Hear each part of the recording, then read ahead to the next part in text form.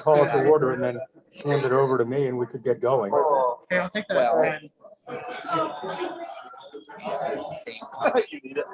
If you don't mind, he could call to order there and then we have Alice Nitka and we have our two senators who would like to start speaking because they have other meetings. The network cable is not properly plugged in. Okay, can I have everybody's attention? Andy is ready to start. So if we could quiet down and we'll get started. Thank you. Thank you, Mark. What we wanted to do, as in past years, we would like to start the meeting with some remarks by our state legislators. And we have with us right now, we have Alice Nitka and we have Senator Allison Clarkson.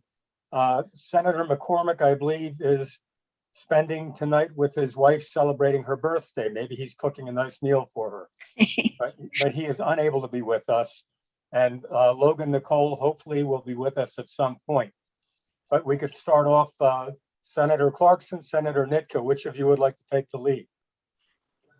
Why doesn't Senator Clarkson, if you can hear me, why doesn't Senator Clarkson start? And I'll still be trying to get my video to work. Okay, Senator Clarkson. Thank you very much. It's lovely to zoom into Mount Holly. Thank you for inviting us. I think Dick and Cindy are celebrating their anniversary tonight, which is great. Alice and I are two of your three state senators, and Dick McCormick is the third. And I'm honored to serve you in the Senate as the Vice Chair of Senate Economic Development, Housing, and General Affairs, on Senate Government Operations, and as the Majority Leader of the Senate.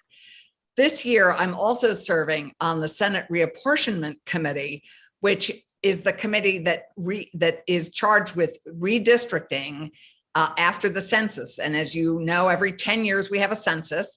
The good news is that Vermont gained population, which is terrific. The bad news is that most of the gain was in the Northwest, and the Northeast Kingdom lost the most, and the South lost a bit. And we are working hard at the moment. We have to have this done by April 1st because our primaries are early and it all backs up. Anyway, we're in the middle of doing that work, and it's a tripartisan committee that is doing the map redistricting. And we're abiding by the principles of the county lines. We're trying to hold the county lines, the integrity of the county lines, and equity. It's very important that we have equitable votes, number of people per representative, per senator. And our priorities this year have been workforce, housing, climate change mitigation, and the continued COVID response. There are a bunch of have-tos this year. We have to do reapportionment, pension sustainability work. We have to address the inequities in the weighting system, in the education fund. We have to do a budget, which Alice will speak to, and we have to get our constitutional amendments out from the legislature to the voters. And we did 2 constitutional amendments in the last 2 years. One, Prop 2, which addressed slavery, and we're all very proud that Vermont was the first state to abolish slavery. However, we only abolished it for those 21 and above. So we are rectifying that, and that will be in language coming to the voters. And the second proposition is Prop 5, which guarantees all Vermonters reproductive liberty. And those both will be with the voters this November. Vermont's COVID recovery money is having significant impact on everything we're doing right now and is financing things we could only have dreamed of in the past. $3.56 billion has flowed to Vermonters and Vermont businesses, Vermont municipalities in the last year and a half, 2 years. It's astonishing amount of money, and we are taking full advantage of it in housing, childcare, community infrastructure, transformational capital investments, education and workforce development, internet connectivity, and climate change mitigation. Addressing the housing crisis is a challenge because it's very expensive. We are investing in a range of housing from low income to mixed income and full market rate. Our focus is on increasing housing density and reducing barriers to development in our downtown and village centers. And our work includes improving rental housing and rental housing health and safety, getting new and renovated housing units onto the market fast through either incenting accessory dwelling unit development in our bigger homes where we could carve out a space and maybe make that work in our downtowns, and VHIP, which is a landlord's matching grant program, which enables us to bring back online vacant, blighted, or non-code compliant properties. And these two measures would get more units into our housing market ASAP. We're streamlining the permitting process, doing bylaw modernization, improving our mobile home parks, and creating a first generation home ownership program, which is exciting. We continue to support COVID economic recovery for COVID's hardest hit business sectors, hospitality, special events, and the creative sector, all of which are still struggling. We're making capital investments in projects with significant regional impact and cleaning those contaminated brownfields, which we could be building on and developing. And we'll be making strategic investments in our upskilling and educating our workforce. So much is happening. As I close, there's so much happening that it's hard to choose one thing which to highlight, but I'd really like to highlight something that really it sort of shows off Vermont at its best. It's a major accomplishment this session so far, which is the agreement to make our public pensions sustainable into the future. Both sides were polar opposites when we began this work, and it shows Vermont's ability to compromise and make progress on behalf of the people of Vermont. And it's very exciting that this agreement protects the public pension system, saves the taxpayers about $2 billion in the upcoming years, and maintains the defined benefit. So that it's really has been a great piece of work, and I think we're all very proud of it. Thank you so much. I treasure the opportunity to serve you in the State House. And now I'll turn it over to Senator Alice Nitka. Thank you very much, Senator Clarkson. Senator Nitka, nice to see the videos working. We can see you. Thank you. It's nice to see you and everybody else that I can, and some names of the people that I can't see, but glad they're there listening. Finally got the video going. My grandsons were here this weekend, and I think a lot of things got disconnected. So anyway, so I'm serving on the Appropriations Committee and on the Judiciary Committee, and also on a committee that judges how they're doing. So I'll just read through some quick things here of what we're doing in appropriations first, where some of the money's been spent. Let's see. First thing is, people keep hearing about ARPA, A-R-P-A, and what that stands for is American Rescue Plan Act, which is the money that came from the federal government. And it was enacted in March 11th of 2021 and includes a $1.05 billion grant of recovery for Vermont to be spent on economic development and eligible infrastructure projects through to 2024. With these funds and some others, the General Assembly recognizes an unprecedented opportunity to invest in Vermont's recovery and long-term future by supporting Vermonters' health, well-being, and strengthening Vermont's communities, businesses, environment, and climate. Some of the things now going on in appropriations, we have been working on and passed the Budget Adjustment Act, which adjusts the budget from last year, 21 to 2022, which ends July 30th of this year. It spends $370 million. We also saved some money that wasn't spent last year and in some areas. And we also had put aside some other money for last year as we were still getting guidance from the federal government as to how we could spend it. Because if you spend it on things that aren't allowed under the guidelines they give you, they want claw it back, so to speak. So we didn't want that to happen. So the budget adjustment just passed last week and will go to the governor next for his signature. Pretty much the legislature and the governor are agree on the amount to spend, but they differ somewhat on where some of the spending would be. I don't know if you know this, but of course the governor writes the first budget, gives it to the legislature, and then the House of Representatives works first, and then it comes over to the Senate, and then the governor's office is still involved throughout the whole process. And then in the end, the budget, the House and Senate have to agree, then it goes to the governor. Some examples of the spending, in addition to paying down some deficits, which we needed to do: 20 million to redeem outstanding bonds, such as 20 million to pay off, another 20 million to pay off outstanding transportation infrastructure bonds. Some other things one doesn't hear much about are $5 million for the Department of Corrections. They, of course, have a shortage of employees like everybody else, but in fact, they have to have their employees there. So their employees were working a lot of overtime, sometimes sleeping in their cars in order to be there for another very long shift. And so they absolutely needed help. Probation and parole officers were also working in the prisons, as were some administrators. So that was a desperate need that they had. Also, quite a few of the prisoners had been let out during COVID due to their age or illness, or they tried to get as many people out because of COVID. So that was, even though there were reduced numbers, they're still needed, they need guards 24 hours a day. Some of the other things were $6 million for retention payments for childcare staff, $1 million for adult day services for their operating costs. The Department of Unemployment Insurance, whom we all heard a lot about, and many people utilized their services. Some were very frustrating because of the delays and not being able to get through. But anyway, they needed additional money. The Vermont Food Bank got $6 million, $9.7 million to the Vermont State Colleges for a second round of them doing education for critical occupations such as nursing.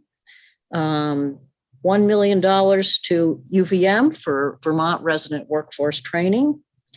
Also, the Working Lands received $2 million, also $25 million to the Vermont Housing Conservation Board for affordable housing, as Allison spoke about. Another one, I certainly no one's been hearing about this, $2.6 million for the Dairy Margin Coverage Program to provide dairy operations with risk management coverage to pay producers when there's a gap between milk prices and the average feed costs, kind of a unique program that a couple other states have also adopted. We are now in appropriations working on the full budget for next year, 22-23. And this will include all of the transportation money for roads, bridges, airports, bike paths, and the equipment. The recommendations come from our transportation committees, and that they recommend how it will be spent, and then it comes to the Appropriations Committee, and also the same with the Institutions Committee, who do all of the buildings around the state that are state buildings, as well as the prisons are also state buildings. I'm also on the Judiciary Committee, where we're working on just a few of the bills in there. I'll just mention, and there are certainly a lot of others, but maybe some you don't hear much about there too. Utility waste. In other words, there's a lot of broadband building going on around the state in order to get broadband to everybody we can. And one of the issues that arose was that a contractor using non-magnetic wire to wire the cables to the whatever they're being attached to, the poles or other cables, let the waste, the little wires that are not magnetic, which means you can't pick them up with a magnet, fall into farmers' fields. And a terrible tragedy, because some of their cows died. This is an organic farm in Tunbridge. And also the other fields that were hayed were also contaminated with this wire. And of course, there are many other fields that were also that no one knows about. But anyway, we're working on, there's a federal rule about that, but we're putting a rule in place in Vermont that has some penalties in it that hopefully will prevent this from happening again. It's also a matter of education that really needs to be more of. Another bill, that bill is, if you wanted to take a look at it, is Senate Bill 166. Another one is a qualified immunity, or a right to private action to basically sue the police if they have violated a person's constitutional rights or their state's rights. This is S-254, quite a controversial bill, as you might imagine, and it is, you do maybe read about it. That's, we've taken a lot of testimony on that bill. It hasn't passed at this point. We're trying to figure out if it if it will or it won't, it's not clear at this point. Another bill, S-140, which is the civil detention or arrest at a courthouse by someone, and you can probably imagine that this is mostly with regard to persons who are working on our dairy farms, migrant workers in the state who might be called to court for, somebody could have gone in because of domestic violence, somebody could have gone in because of, a driving issue.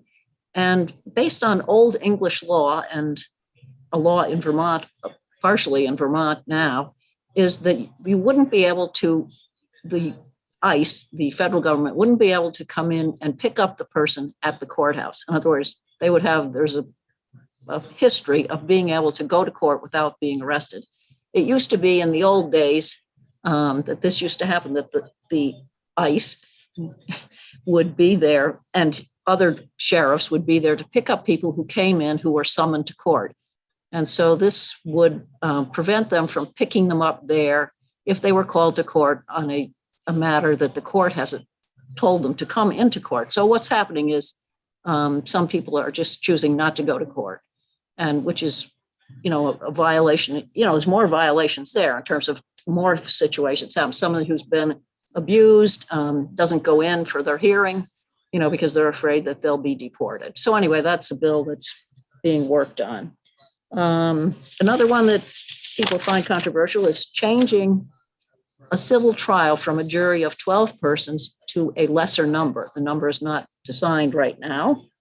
And there would still be a 12-person jury in a criminal trial. So right now in a civil trial, if both parties on both sides agree, then you could have a jury of fewer people. So those are something that's going on there. Another bill is very controversial, known S-228, called no-knock warrants. And you hear about those on the national level. It's not a problem in Vermont, but it is something that's come up as a bill. On another note, we have a new Supreme Court justice in Vermont announced on the same day that the new person to the United States Supreme Court was announced. And our person in Vermont is Judge Nancy Waples. And I just was listening to the news before we started, and sure enough, there was something on the news about her. She's been a federal prosecutor. She's also been a defense attorney. She's been a Superior Court judge in Vermont for 5 or 6 years. She's of Chinese extraction, and I only mention that because there's so much talk about people's ethnicity these days and other, that she didn't learn to speak English until she was 9 years old. She was born in Canada, came here with her parents, who are from China, and she lived in New York City for a while, worked in her parents' Chinese restaurant for many, many years, even into college. And she went to William and Mary College, went to St. John's University Law School. And when she was first appointed by Governor Scott here in Vermont, I think that's who appointed her, I was honored to present her to the House and Senate before we voted on her. So anyway, very good person, humble, very, very smart, and has been doing a good job as a Superior Court judge. So nice to have her. So thank you very much. Things may be changing as to who represents Mount Holly, but it's been great representing you. Thanks. Thanks, Senator Nitka. Thanks very much. Appreciate it. Thank you. Okay. Welcome to Mount Holly's hybrid informational meeting. Excuse me. I was hoping that last year was going to be the one and only one-off meeting like this. And hopefully next year we can all be in person. But this meeting is by Zoom as well as a physical presence in the Mount Holly School. If you are participating in the school, there should be a microphone in the front with a camera trained on it. You can move to the microphone and I should be able to see you and recognize you. If you're not recognized, please get the attention of Mark Turco at the front table, and he will let me know that you want to be recognized. Hey, Andy. Yes. Logan is here. Oh, okay, Logan. We've heard from Senator Nitka and Senator Clarkson. Would you like to talk to us for a few minutes? Yeah, I would love to, thanks.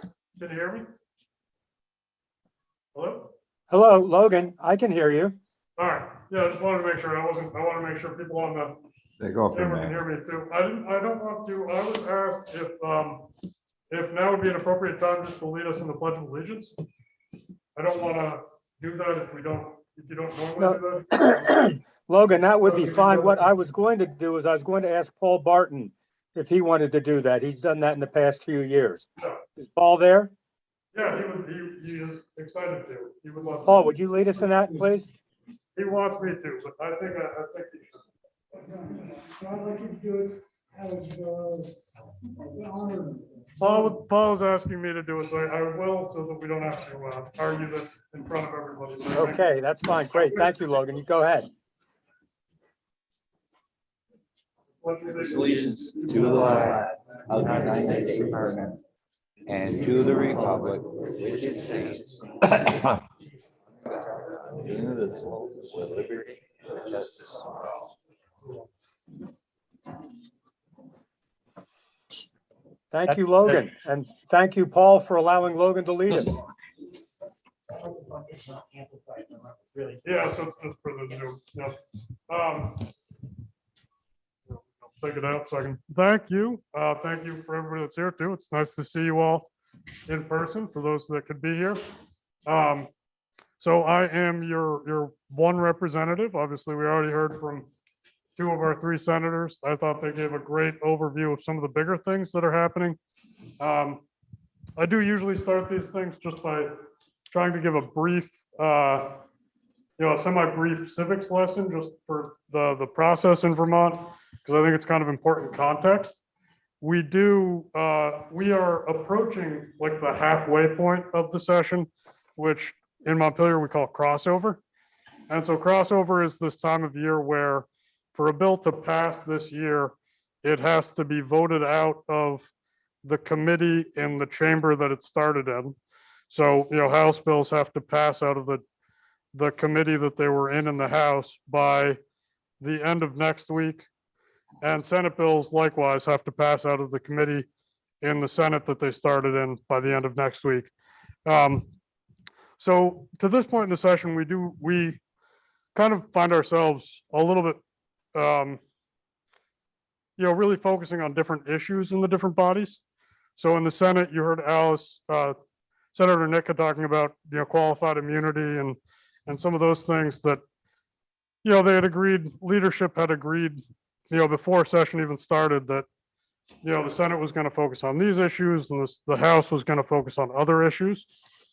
And so we really, in that way, sometimes operate as two different bodies until this point. And then at the midpoint of session, when bills have crossed over, then we start to work on the bills that they had been working on up until now, from the start of the year until now. And they're working on the bills that we had worked on from the start of the session until now. In the House, we only serve on one committee. The senators each serve on two. So this session, I am in Commerce, the House Commerce and Economic Development. It is a little bit of a change of pace for me. Last session, I had been on House Human Services, which I found really interesting and was definitely more related to the things that I was hoping to do in Montpelier. Commerce, for what it's worth, is a lot more related to, what I went to college for and studied, economic development. So it's been, very interesting subject area, just a lot different than last session for me. In-house commerce this year, we have been really focusing on workforce development. We've taken a lot of testimony really over the past 2 years on workforce development. Really, like the approach that we have been taking is just talking about education, specifically career technical education. And so we're focusing on how we make sure that we are educating people for the careers that are here and how we are making sure that we incentivize people to stay in the state after they graduate in their careers. And so we're talking a lot about, career technical education is really about, it's about plumbers and electricians and nurses and things that you don't necessarily need to go to college for. but still pay really well and are good careers that you can, make a living wage at. And so we're just talking about how we make sure that we have great technical centers in Vermont. We don't, they are very, it's a very mixed system. They're in some areas, there's better accessibility than others. And so we're talking a lot about how to improve that accessibility for all Vermonters around the state, especially in the more rural areas like ours, where, it's not as great access as you have like in Burlington or in, Barry and Montpelier. Also just about improving access for, for adult education, not just talking about kids in high school who want to get some of this technical education, but talking about how adults can improve their earning potential by, going back to school or taking some classes when they can. So that's been a lot of what I've been talking about this year so far. There are a couple other, as always, there are a lot of bills that are going through every committee. And I don't, don't necessarily want to go into all of them the way that they are. The workforce development bill has been a big bill in my committee. It touches on a lot of areas. We're talking about childcare. Obviously, all issues are very interconnected. All issues are very, playing on one is how you improve another. Access to childcare seems to be one that always comes up for me. It's always, it was definitely an issue that I went to the legislature wanting to work on, wanting to address, just because I grew up with my mom running a childcare out of our house. So I grew up in there and I saw all the struggles that she had, running that business, and just how the state, the push and pull of, different regulations and different, standards for quality. And so that's always been a big issue for me. And then, obviously in our committee, we're talking about that a lot now, because a lot of businesses can consistently complain that access to childcare and the affordability of childcare is keeping them from having a workforce. Because people can't afford, they are paying more than they're able to earn to put even one kid, let alone more, into childcare. And so just trying to talk about, like right now, obviously we don't have workforce. There's nobody that wants to work or is able to work because of situations like that. And everybody is having a hard time finding people to work and raising wages, well above minimum wage to try to hire people, and everybody is having problems. And so this is really what my committee has been focused on, that real subject area. And so I guess that's all I really want to say. I don't know if, I forget if we do questions here. I'd definitely be available for questions if we wanted to, but I forget which towns do and don't do question time. We generally don't do the questions after the introductory remarks. Yeah, no worries. That you have, there's contact information for you, as well as the three senators in the chit chat, as well as online. So Yeah. if anyone wants to reach out to you, I'm sure they will. Yeah. Logan, thank you very much. Yeah, thank you. I will just add that I think I mentioned it in the chit chat, but I've been posting my phone number in there because I hadn't been doing my coffee hours as much lately. I do really want to get back into the coffee hours. I feel like I'm back at a situation where I feel comfortable. And so this month I'm going to be, trying to go reach out to April and just talk at Belmont General Store, just about getting back into that routine.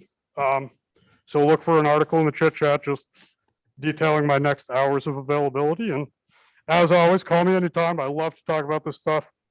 Yeah, would love to. Great to see you all and would love to talk to you. Thank you, Logan. So,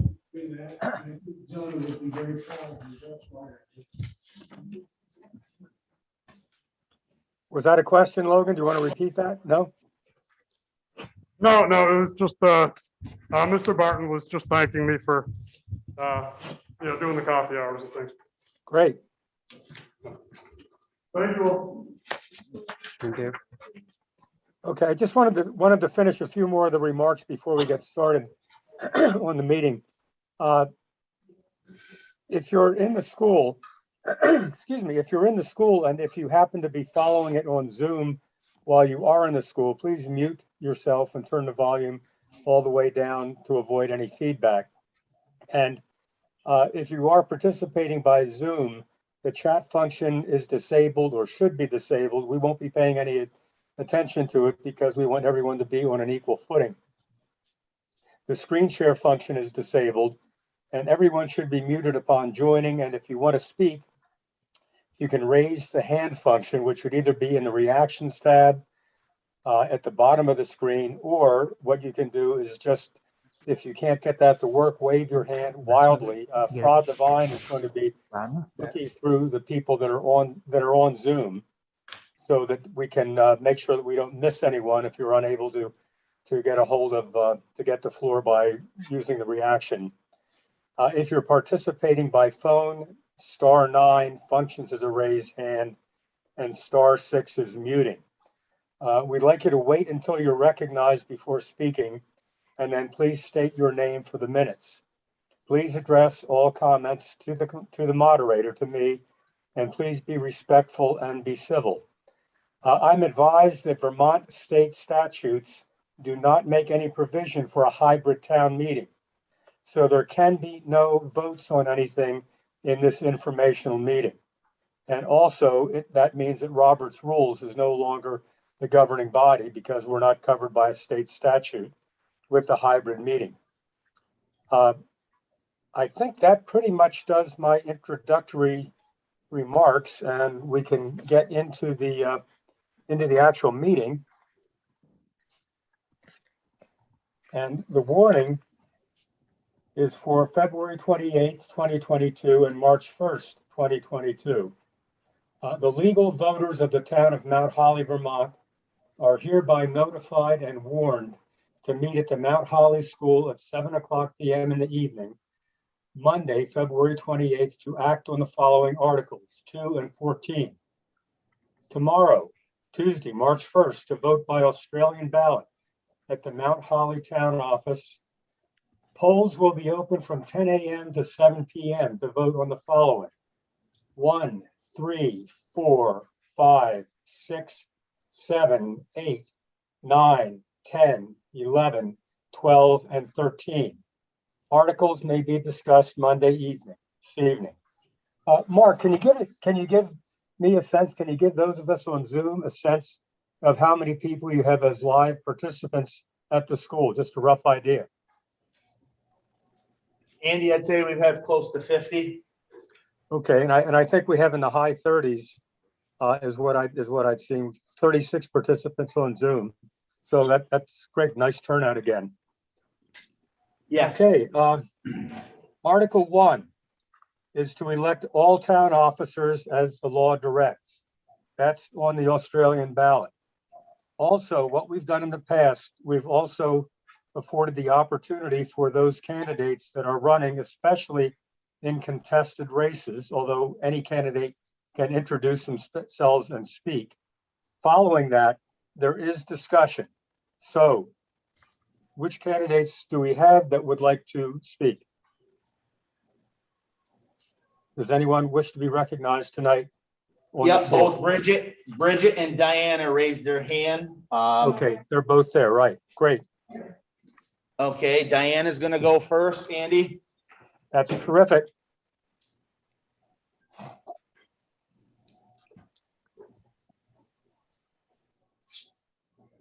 Good evening. I am Diana Darrow. Diana, you'll have to be a little closer to the microphone, please.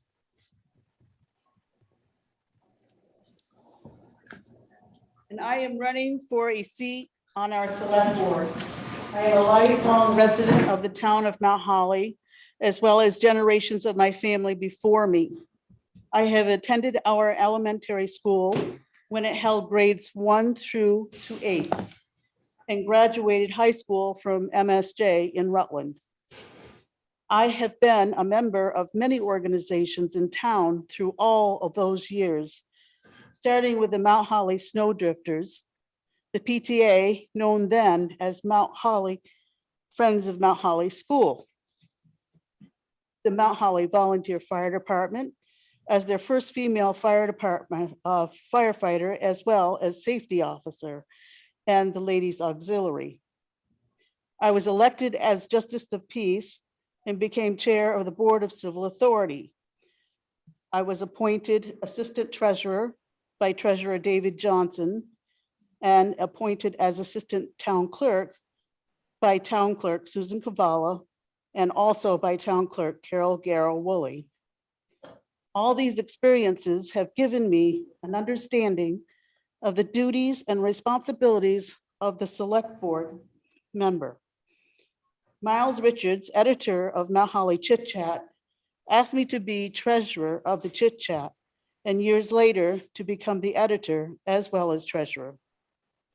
I worked for my family's business, started by my mom and dad, for 37 years as office manager and later as part owner along with my brothers. I love our great town and ask for your support on March 1st, as I look forward to serve all of you on the Select Board. Thank you. And Bridget, would you like to make any comments? And then following that, if there are no other candidates, we can have any discussion. I do this.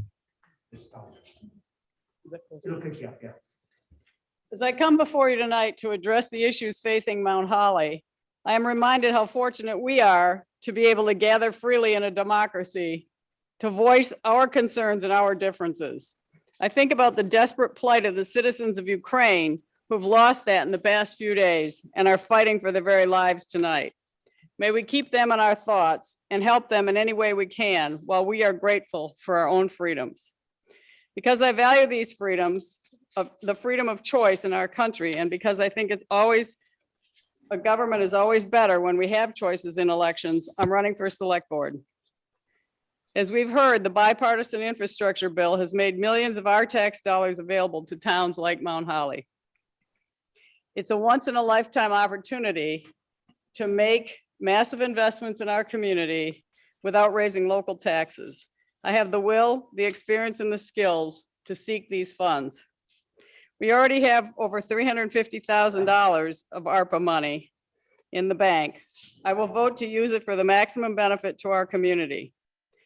During the almost 20 years I have resided in full-time in Mount Holly, I raised more than $2 million for projects that range from fire and public safety, support for children and youth, healthy environment, and education. We know there are important factors. These are important factors in attracting young working families with children who will sustain our school and our community in the future. These same projects enhanced and protected the lives of those of us who already live here. In order to retain our younger families, we need to directly address the rising cost of living, including the affordability and the availability of housing. Through these efforts, we will keep our school and local organizations strong. I know we need to build a strong local economy. We need to support tourism, local products and trade, and leverage our top-notch internet and highway connectivity to build successful local businesses. I will seek out opportunities that allow new businesses to thrive. We need to protect the rural values that draw tourists and new residents alike. I will continue to work to protect the natural and rural beauty of the town of Mount Holly, including our farms, forests, lakes, and views. I will support our avid outdoor recreation and sporting community. These are trying times. However, they are also filled with opportunity. I have the will, the experience, and the energy to pursue these opportunities for Mount Holly. I look forward to an open and transparent government with all of you engaged in creating a lasting and shared vision for our future. We can build it together with hard work while keeping our sense of humor. Thank you. Thank you. Are there any other candidates that would like to share any comments? Any other candidates for office? Okay, No, I seeing think you're none. all set, Andy. Okay, so this Article 1 would be open for discussion now. Is there any discussion concerning the election for office. Yes, we have a hand up. Yep, please up to the mic. Hi, my name is Alexandra Yester, and I have a question for both candidates running for Select Board. It seems to me that it helps our town to be a more vibrant community, to have and to keep young families here. And I'd be interested to know what you feel that the town can do to help ensure that young families are able to stay who already live here, as well as to attract new families. Thinking of that and thinking of how our legislators have spoken about the great opportunities of federal funds which are available in Vermont and the additional funds which may be coming, I'd also be interested to know how you would see making use of those funds to help keep and attract young families here in Mount Holly. Thank you. Point of order, we're on Article 1, and it talks about the elect all the officers as the law directs. Doesn't seem like that has anything to do with Article 1. I've never seen the questions come up in that form before, so I'm not sure if it's relevant. Sure. Who raised the point of order? Is that you, Dennis? Yes, I'm sorry, Andy. No. Yes, this is Dennis. Dennis, as I pointed out earlier, there are no state statutes for providing for a hybrid meeting such as this. Without the state statutes, it's an informational meeting, and therefore Robert's rules does not apply. And as much as I would like to deal with Robert's rules and deal with points of order and possibly having to suspend the rules, for example, I'm unable to do so because the state statutes don't provide for the meeting to be handled in that manner. And that's why this is pretty much just an informational meeting. And if people want to discuss this, if there's a clear feeling that the body does not want to discuss it, but we try to have discussion on these articles, and that's why it's being done the way it's being done.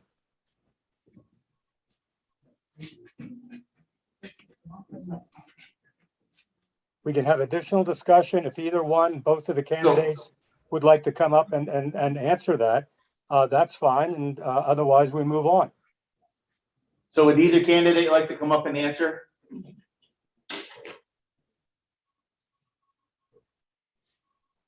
Okay, I think I addressed a fair amount of it already. I don't know.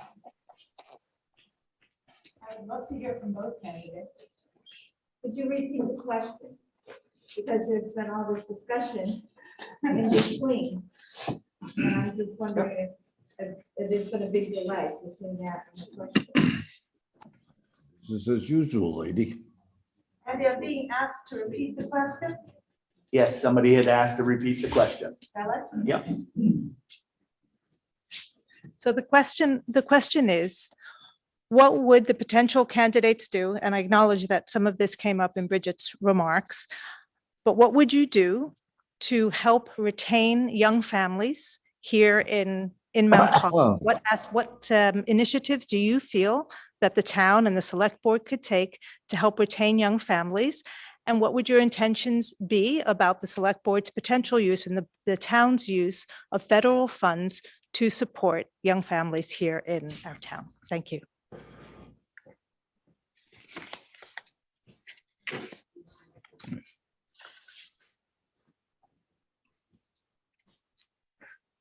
Bridget?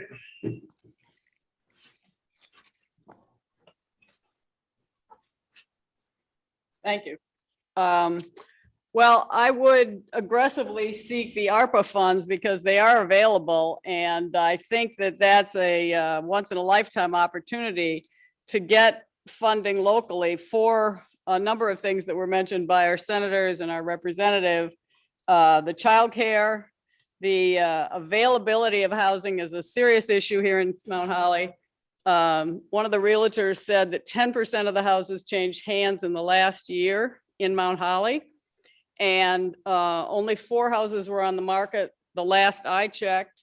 And one of those, which is a great starter home, is under contract for $265,000, which is hardly a good starter home price.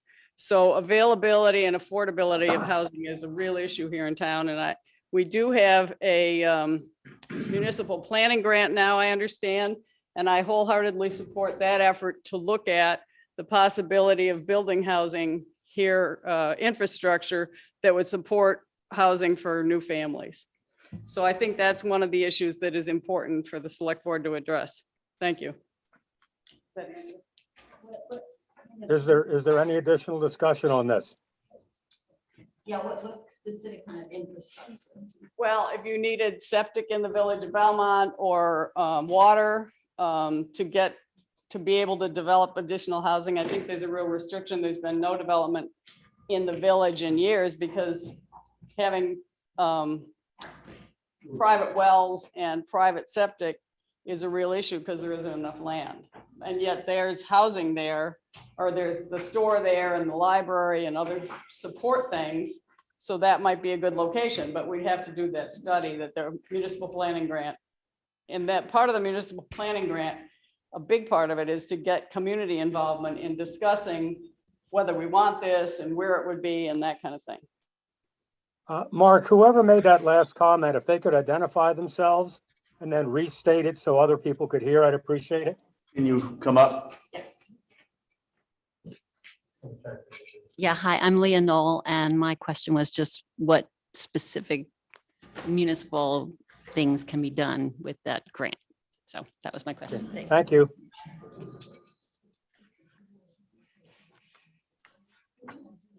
If there's if there are no additional comments or there's no discussion.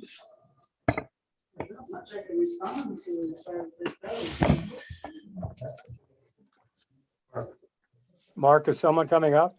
Yeah, Diane is coming up. Okay. The ARPA funds are very limited as to what we might. I'm sorry, Diana's, you need to go to the microphone, please. Actually, that won't work. Thank you. Actually, the ARPA funds are very limited as to what they can be used for, as we have found out with trying to apply for them. And as far as some of this is not really related to select board, but however, with families coming into town, it's always been a difficult problem to bring in more children into our school system, and as far as to encourage them there, it's kind of hard without the housing to do that. We do have one of the best schools in the whole of the state, but you got to be able to go beyond and bring families in, and that's hard to do, as you've just heard about the housing situation. And that's not going to improve anytime soon. It's tough.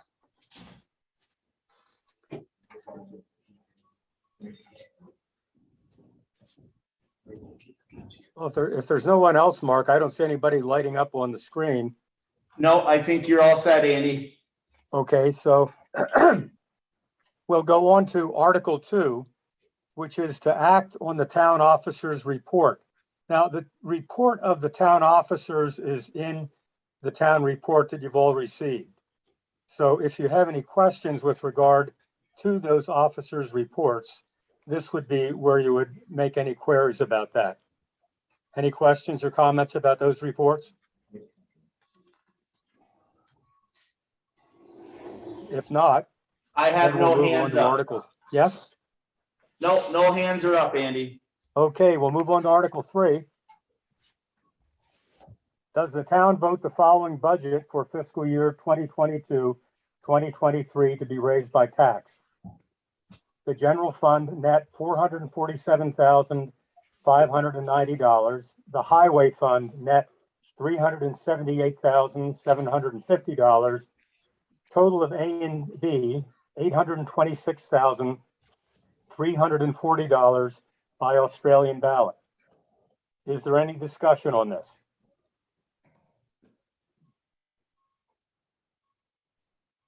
Hearing No none. hands up. We'll You're move to all Article set. 4. Does the town vote $65,000 for the Asset Equipment Fund for fiscal year 2022, 2023 to be raised by tax, to be voted on by Australian Ballot? Discussion? All set. Article 5, does the town vote to the Mount Holly Volunteer Fire Department Incorporated an operating budget of $55,000 for the 2022-2023 fiscal year and vehicle replacement fund of $45,000 for a total of $100,000 to be raised by tax? That's an Australian ballot vote. Any discussion?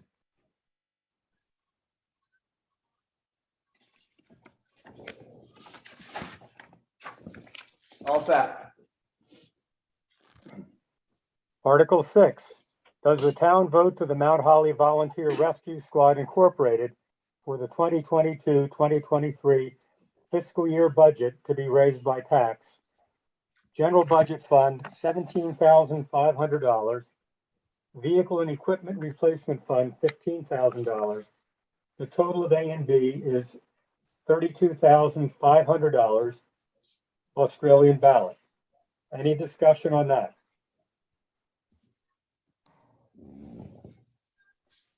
All set, Andy. Article 7, does the town vote $12,000 for the Mount Holly Town Library to be raised by tax? That's Australian ballot. Is there any discussion? Yes.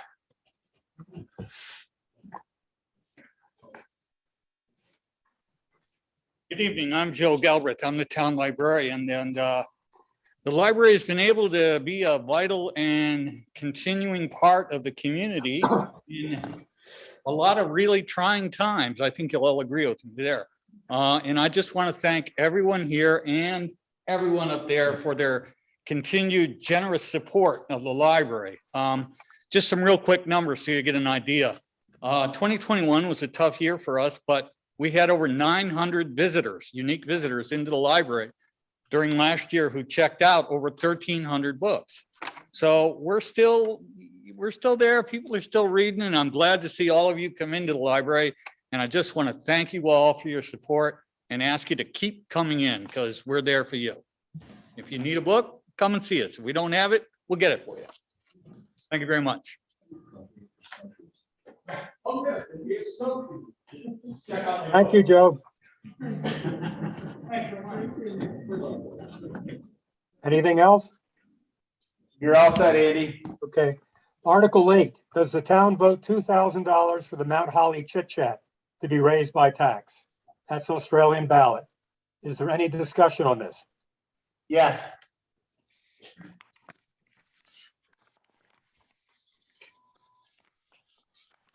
The Chit Chat, Mount Holly's source of hometown news and information since March of 1974, is celebrating 48 years of continued publication.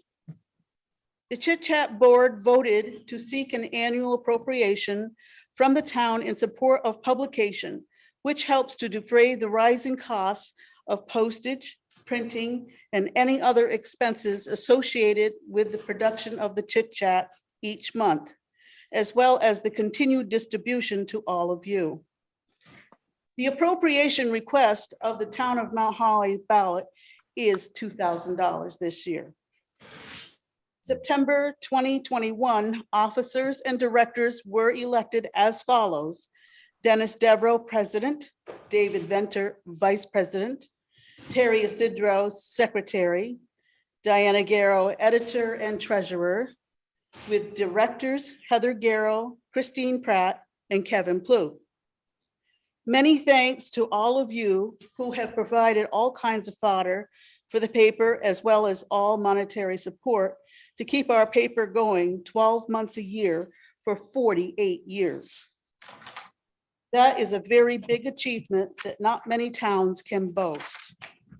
Also, special thanks to Don Reiser of Express Copy for printing the Chit Chat, and my daughter Heather Garrow with her friend Jeff Keller, as well as my husband Roger for helping with the labels, sorting, and count each month. Thanks again to all of you for your continued support. Thank you.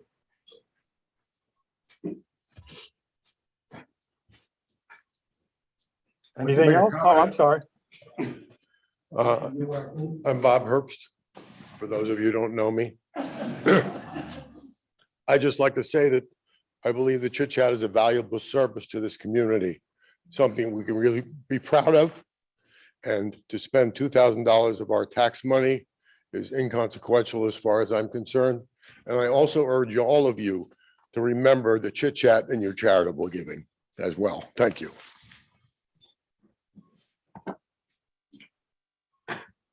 Thank you, Bob. Anyone else? You're all set, Andy. Article 9. Does the town vote the following for community and social services totaling $8,735 to be raised by tax? An Australian ballot item.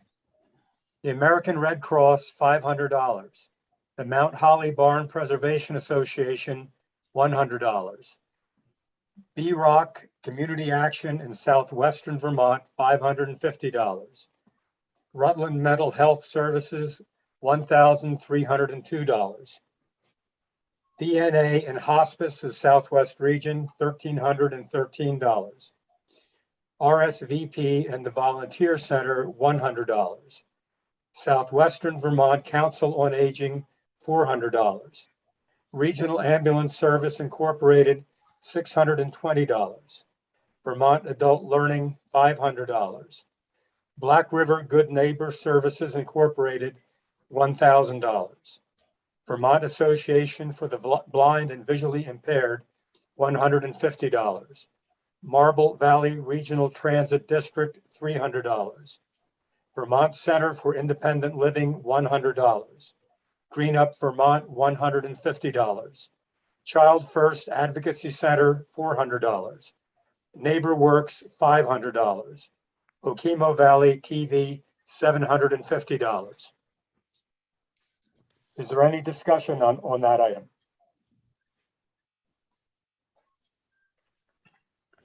You're all set, Andy. Article 10. Does the town vote $2,500 for the Mount Holly Community Historical Museum to be raised by tax? That's an Australian ballot item. Is there any discussion on that? Yes. Hi, I'm Steve Michelle. I'm the chair of the board for the museum, and I'd like to thank the town for supporting the museum. With COVID, we've had a tough time raising money. I'm not going to go into what's we wrote in the town report. You can look at the page 52 for our activities and acquisitions. However, I would also like to add to thank the select board for supporting us in getting water into our bathroom so that we can open it for when we have events on the green. They're going to use the approximately $3,400 of ARPA funds and save the museum a good chunk of change.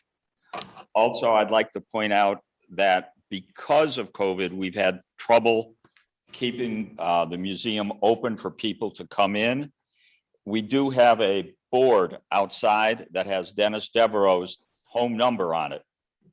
If you have guests coming, or if you haven't been to the museum, just call him and he can call me or anybody else that's on the board, and we'll be more than happy to open the museum for you so that you can see the mammoth tusk, or look at an old schoolhouse, or how they used to make cheese, or what I love is a unique typewriter that I've never seen before upstairs. So it's an asset that if anybody wants to come, we're more than happy to open it for you. Thank you. Thank you, Steve.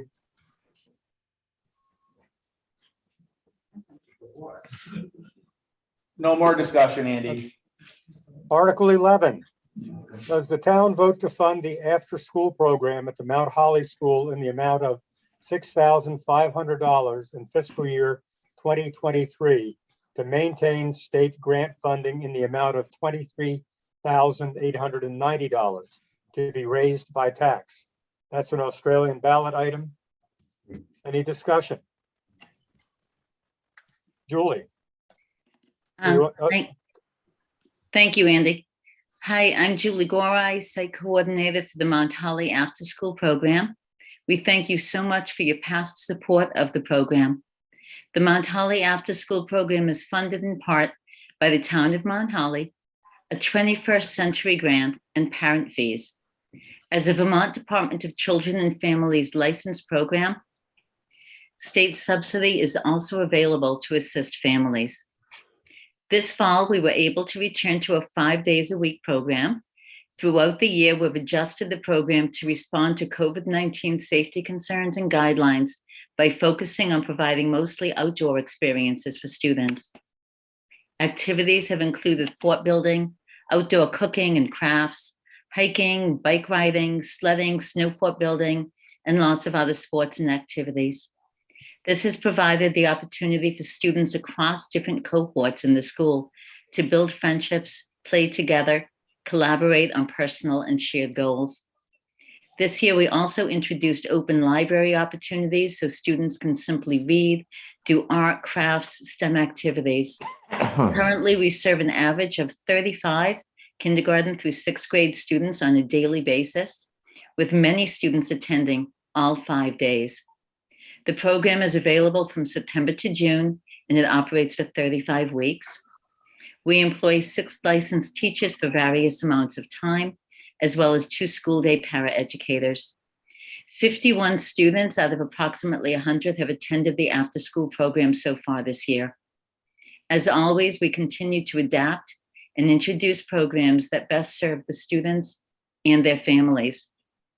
The after-school program provides a vital service for Mount Holly's families. It provides quality after-school care for our town's children. Again, I'd like to express how appreciative we are for your support of the program. Our goal is always to offer high-quality social, emotional, educational, and recreational opportunities for the students, while also providing the necessary support to the young Mount Holly families. So I ask that you please vote yes on Article 11, and thank you for your support.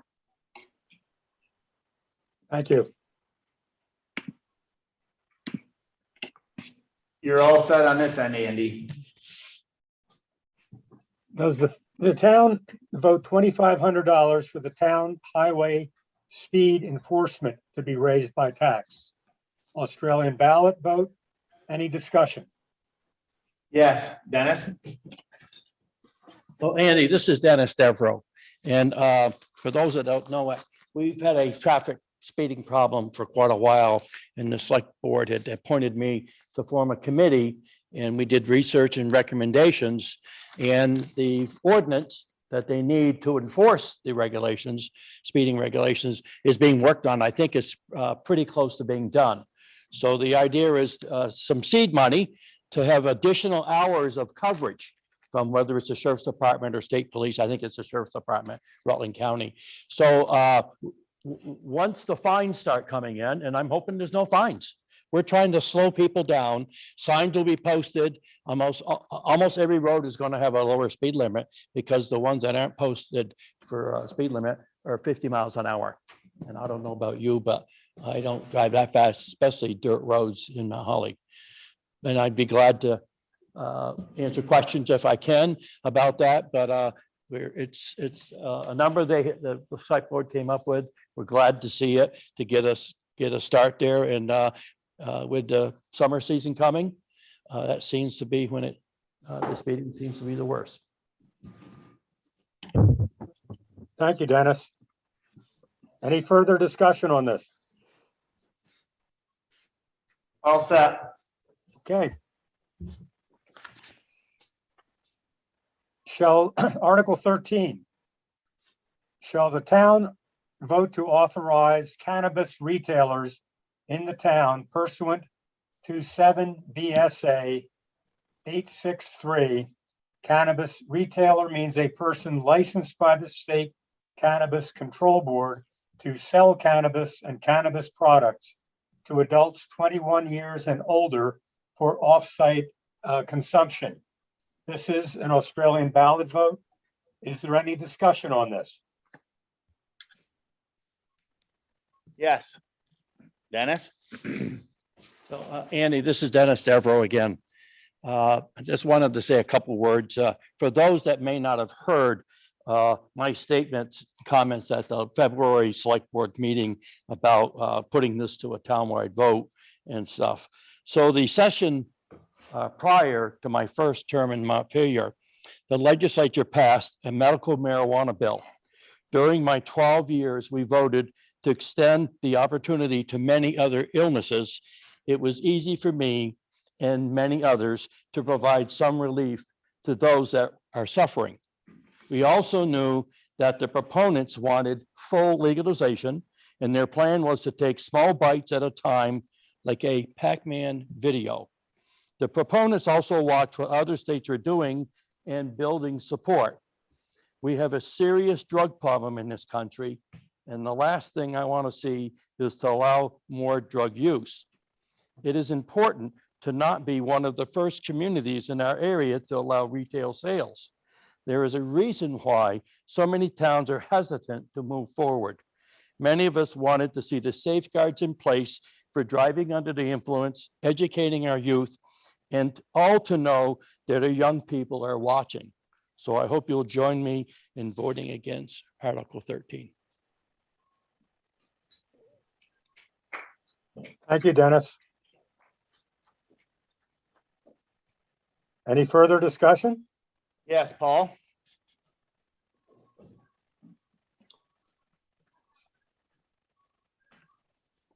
I've had family members that have suffered. Paul, you need to be closer to the microphone, please. They can hear me pretty good.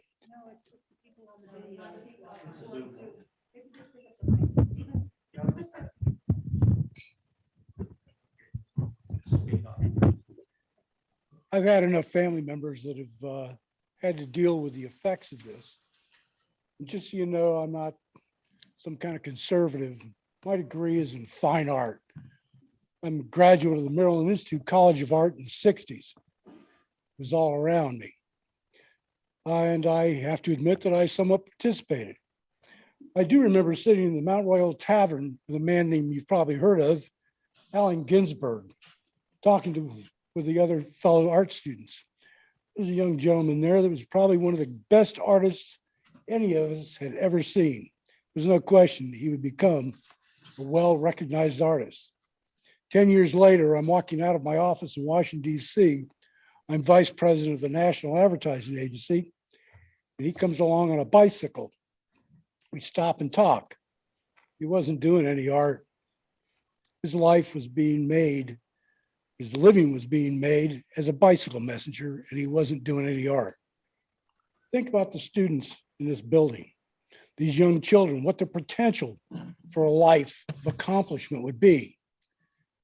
They're going to be exposed to this. If you think they're not going to get their hands on it, you're fooling yourselves. And how many of them will end up pedaling a bicycle and not become bank presidents, not become doctors, lawyers, successful people in business? Because look around, there ain't no successful people in business that are dealing with this stuff. All the money doesn't stay here. All the tax dollars on these sales doesn't stay here. We don't get one benefit from it. It all goes to Montpelier. What we get from it will be all the after effects, the children, the people who can't feed their families, the people and how we're going to take care of those families. And if you recall, it wasn't that long ago, we were having a discussion in the select board meeting, several of them, about a problem that had to do with this. We're not talking about it anymore because one of those people ended up with a bullet in their head. If you think crime, violence will not follow this into this community, you're naive. There's people here that have lived in the environment where that kind of thing goes on. Our town constable's family lives here to get away from that. I moved here to get away from that. The houses aren't, the only person the industry is going to develop here is probably going to be the people who make grates and bars to install on your windows so you don't have to deal with petty burglary. This is not a positive in any way, shape, or form for our community.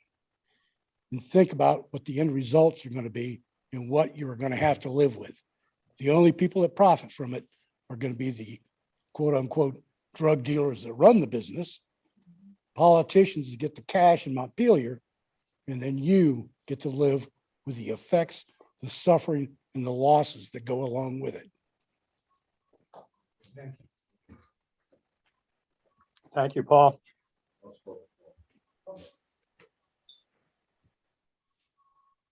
Yes.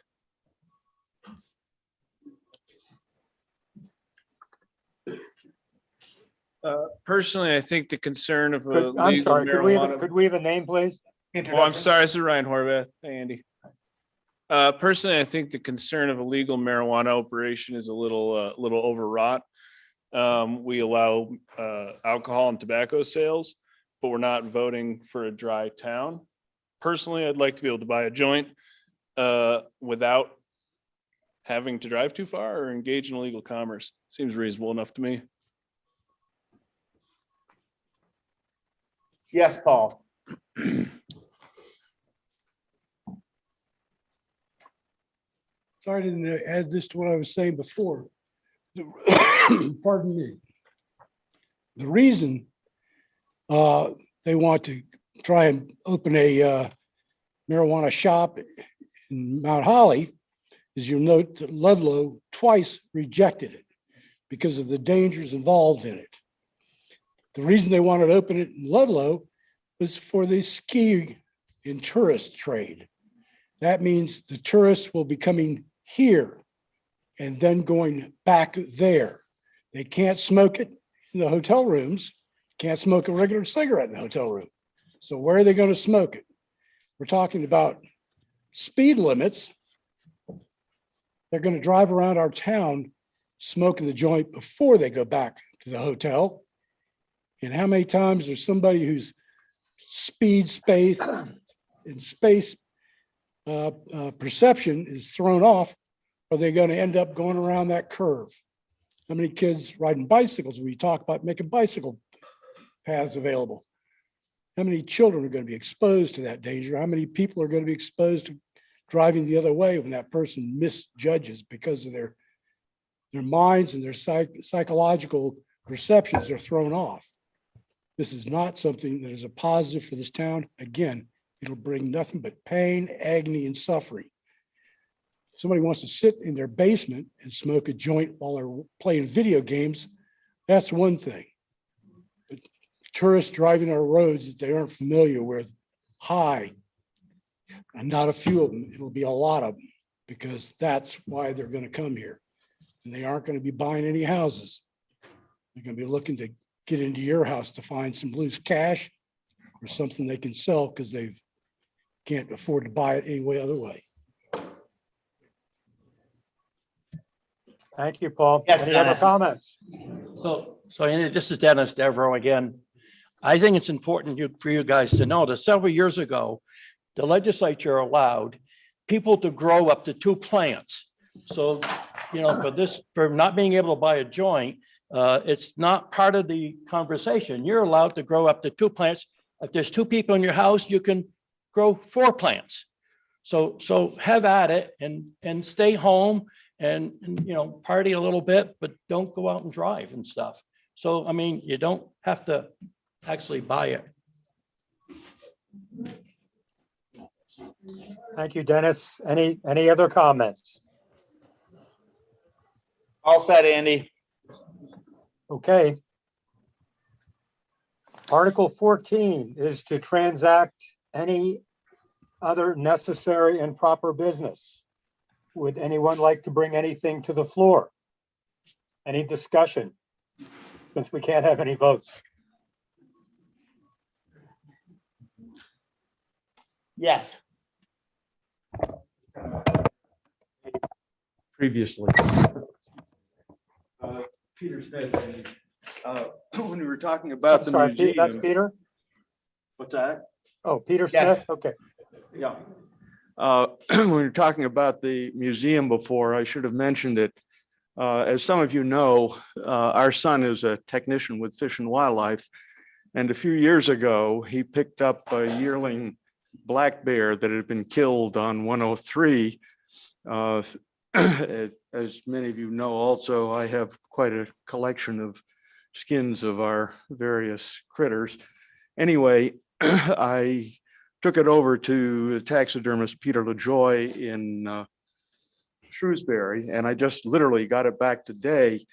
It's like the mammoth, it's another one of our native critters. The mammoth having met its demise probably a better part of 10,000 years ago. But in any event, it will be on display at the museum. Well, not probably until we get warmer weather, but it will be there this summer, and hopefully some of you will come in and take a look at it. We'll have the bear on one side and the mammoth on the other side, and should make an interesting exhibit. Thank you. Thank you, Peter. Any other discussion under Article 14?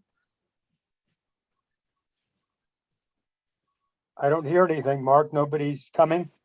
You're all set. Okay, since this is an informational meeting and we are not operating under Robert's rules, I am not going to look for a motion to adjourn. Hearing no further discussion, I think we can just consider the meeting to be concluded. And I'd like to thank everybody for participating, and our select board. Mark, thank you for recognizing people. Thanks very much, and hopefully we'll be doing this more in person next year. Hey, Peter, Andy, I got one thing. Yes. A young lady brought a set of Kia key fobs to me that was found on Gates Road. So if anybody lost a Kia key fob, it's right here, and we'll have it in the town office. Okay. I guess that will do it then. We'll see everybody next year, and don't forget to vote tomorrow. Thank you, Andy. Thank you. Oh, so together.